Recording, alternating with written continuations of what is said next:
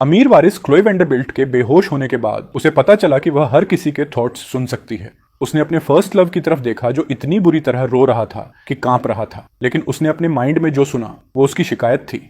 इन आंसुओं का नाटक करना बहुत थका देने वाला है। क्लोई मुझे सांत्वना देने क्यों नहीं आ रही है? अगर यह पहले की बात होती तो मुझे इस हाल में देखकर उसका दिल टूट जाता। 5 साल दूर रहने के बाद क्या वह सच में उस ईथन मिलर के प्यार में पड़ गई है? मुझे क्लोई को तुरंत ईथन से डिवोर्स लेने के लिए मजबूर करना होगा। वेंडरबिल्ट फैमिली का दामाद सिर्फ मैं ही बन सकता हूँ। मैं इस शहर का सबसे पावरफुल आदमी बनूंगा। क्लो की आंखें फटी की फटी रह गईं। वह यकीन नहीं कर पा रही थी कि ये जूलियन क्रॉफ्ट के असली थॉट्स थे। 10 से ज्यादा सालों में जब से वह उसे जानती थी, उसने हमेशा ऐसा दिखावा किया था जैसे वह नेम और फेम की दौड़ से ऊपर हो। उसने कभी नहीं सोचा था कि उसका दिल स्कीम और साजिशों से भरा होगा। उसने सोचा कि यह माइंड रीडिंग की एबिलिटी बहुत अजीब थी। ये जरूर उसके सिर की चोट का हेल्यूसिनेशन होगा। लेकिन तभी उसके माइंड में एक और थॉट गूंजा। भले ही क्लोई और ईथन की लीगली शादी हो चुकी है, फिर भी उसका दिल मेरा ही है। इतने सालों की मेरी सारी मेहनत बेकार नहीं गई है। मैं अभी अपना आपा नहीं खो सकता। जब तक मैं वापस हूं, चाहे मैं कुछ भी मांगू, क्लोई मेरी हर बात मान जाएगी। वेल्थ, स्टेटस और पोजीशन, उसके पास जो कुछ भी है वह सब मेरा होगा। क्लोई ने अपनी आंखें कसकर बंद कर ली। जूलियन के लालची थॉट्स एकदम क्रिस्टल क्लियर थे, जिससे उसके लिए खुद को और धोखा देना इम्पॉसिबल हो गया था। उसकी रगों में बहता खून जैसे बर्फ बन गया। जिस आदमी से उसने इतने सालों तक इतना गहरा प्यार किया था, वह असल में उसके खिलाफ ऐसी साजिश रच रहा था। क्लोई की आंखें झटके से खुली। उसकी नजरें नफरत और गुस्से से जूलियन पर टिक गईं। इस अनजाने लुक से हैरान होकर जूलियन के दिल में घबराहट की एक लहर दौड़ गई। उसने उसका हाथ पकड़ा और धीरे से पूछा, क्लो, क्या हुआ है? क्लो ने उसे इग्नोर कर दिया।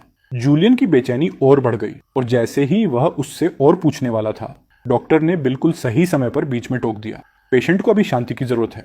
फैमिली मेंबर्स कृपया इस बात का ध्यान रखें। डॉक्टर की बात अभी पूरी भी नहीं हुई थी कि विक्टोरिया वेंडरबिल्ट ने जूलियन का हाथ झटके से हटा दिया और उसे नफरत से दूर फेंक दिया।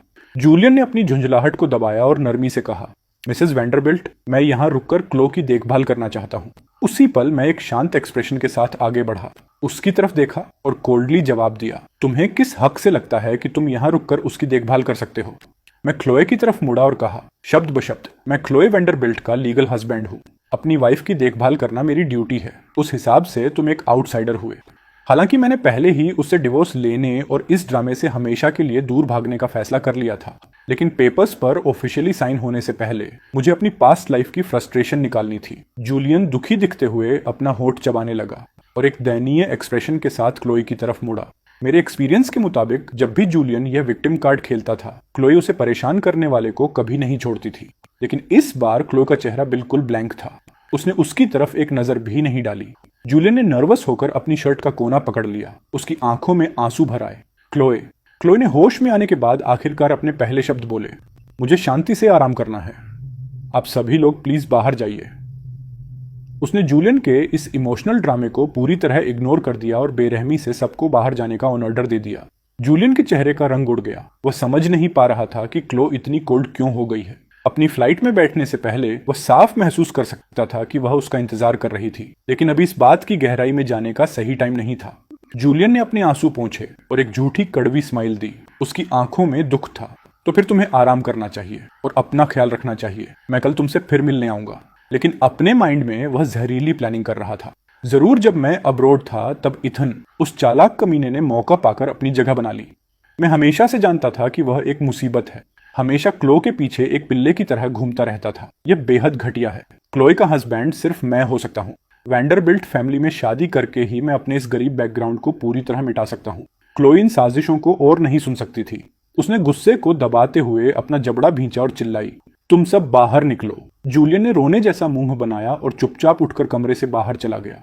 उसकी पीठ ऐसी लग रही थी जैसे वह बेहद अकेला और उदास हो। विक्टोरिया ने क्लो को चादर ओढ़ाई और धीरे से कहा, क्लो, तुम बस आराम करो। तुम्हारे डैड और मैं दरवाजे के ठीक बाहर हैं। अगर कुछ भी चाहिए हो तो हमें आवाज देना।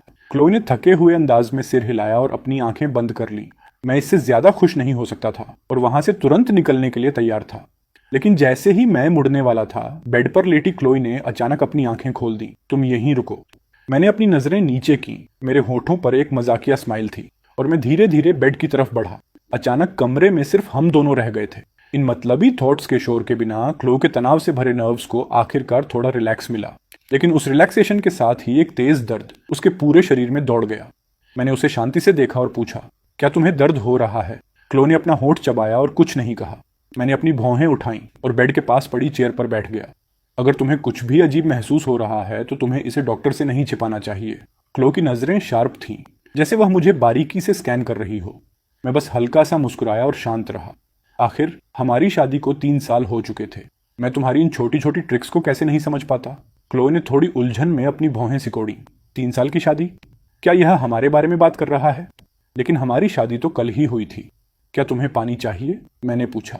क्लोए ने न के बराबर अपना सिर हिलाया। मैं उठा और वाटर कूलर की तरफ चल दिया। पानी गिरने की आवाज ने मुझे गहरे थॉट्स में डाल दिया। आखिरकार मैंने यह कर दिखाया था। मैं पूरी तरह से शांत दिल के साथ क्लोए का सामना कर सकता था। क्या इसका मतलब यह था कि मैं आखिरकार उसे जाने दे सकता था, पास्ट की बेड़ियों से आजाद हो सकता था और एक नई लाइफ को अपनाने की कोशिश कर सकता था? जब मैंने सच में इस बारे में सोचा तो इस दुनिया में कोई भी ऐसा नहीं है जो किसी के बिना जी न सके। ऐसा कोई प्यार नहीं है जो कभी कम ना हो।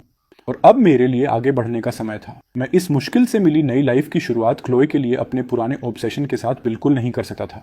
मैंने वाटर कूलर बंद किया, 1 कप और कुछ कॉटन स्वैब्स लिए और बेड के पास वापस आ गया। तुम्हारी कंडीशन अभी नाजुक है, इसलिए तुम ज्यादा पानी नहीं पी सकती। मुझे बस कॉटन स्वैब से तुम्हारे होठों को गीला करने दो। वह मुझे शांत नजरों से देख रही थी। भले ही उसे मेरे थॉट्स अजीब लग रहे थे, लेकिन वह यह भी जेन्युइनली महसूस कर सकती थी कि मैंने कभी उससे बेहद प्यार किया था। इसने मेरे बारे में उसकी पुरानी सोच को पूरी तरह बदल दिया। उसे हमेशा से पूरा यकीन था कि मैंने उससे शादी इसीलिए की क्योंकि मिलर फैमिली का बुरा वक्त चल रहा था और मैं वेंडरबिल्ट की पावर का यूज करके सोशल लैडर चढ़ना चाहता था, कि इसमें रत्ती भर भी असली प्यार नहीं था। मेरे पैसों के पीछे भागने वाले पेरेंट्स के बारे में सोचकर उसकी आंखों में नफरत की एक झलक चमकी। उसे पूरा भरोसा था कि ऐसी फैमिली कभी एक अच्छा इंसान नहीं पाल सकती, लेकिन उसके सामने की रियलिटी उसके चेहरे पर एक जोरदार तमाचा थी।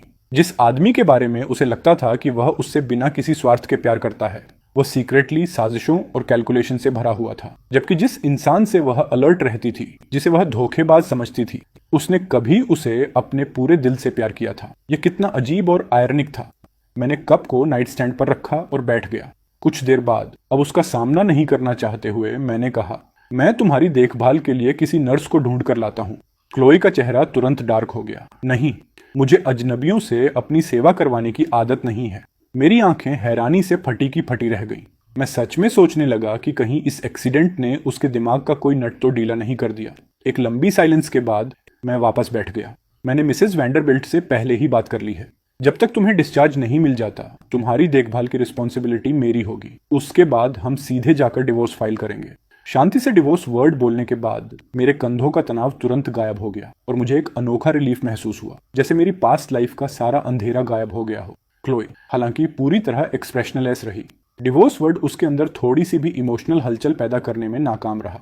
मैं उस समय कितना नादान था, जो अपनी पास्ट लाइफ में यह मान बैठा था कि मैं अपनी सिंसियरिटी और अनकंडीशनल साथ से उसका दिल जीत सकता हूँ। लेकिन अंदर से वह एक कोल्ड और पत्थर दिल इंसान है। उसके पास जो थोड़ा बहुत प्यार देने के लिए था, वह उसने पहले ही पूरी तरह जूलियन क्रॉफ्ट पर लुटा दिया था। अब किसी और के लिए कुछ कैसे बच सकता था? Past life. क्लो को धीरे धीरे कुछ अजीब सा एहसास हुआ। ऐसा लग रहा था कि मैंने एक ऐसे फ्यूचर को एक्सपीरियंस किया था जो दूसरों ने नहीं किया था। यह उसकी समझ से बिल्कुल बाहर था। पहले वह इस आइडिया का मजाक उड़ाती, लेकिन अपने खुद के रिसेंट एक्सपीरियंस के बाद अब यह इतना इम्पॉसिबल नहीं लग रहा था। उसने मुझे ध्यान से देखा और पूछा, हमारी शादी कल ही हुई है और तुम अब भी से डिवोर्स के लिए इतने उतावले हो? लोग क्या कहेंगे? क्या तुमने इसके कॉन्सिक्वेंसेस के बारे में सोचा है? मैंने अपना सिर नीचे रखा, उसकी नजरें अवॉइड करते हुए, और उसके चेहरे पर आए कॉम्प्लेक्स इमोशंस को मिस कर दिया। हम इसे अब भी के लिए एक